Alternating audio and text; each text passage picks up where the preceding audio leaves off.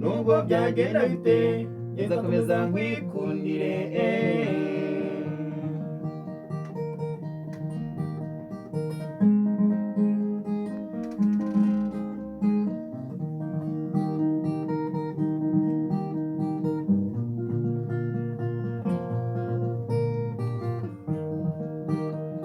njyewe icyo niyemeje ni ukuzabana nawe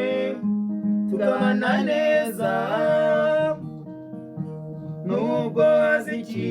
nubwo byagenda bite nzakomeza nkwikundire